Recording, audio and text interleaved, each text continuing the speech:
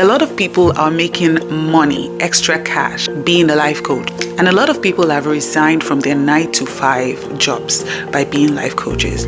Now, you do not need 100 years experience to be a life coach. You just need to know a little more than the person you're coaching. Okay? So, as moms, you can coach new moms. You can coach newly married people. You can coach younger moms.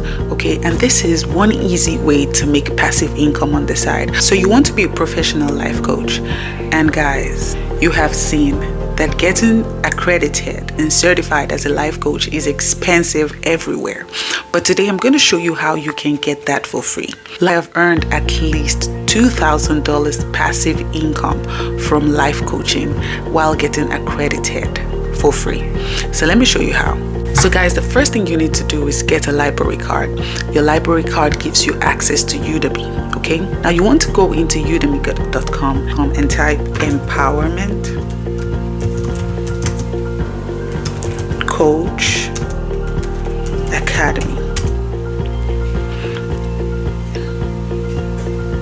And guys, you can see it over here. You see the first one. So you click on the first one and enroll.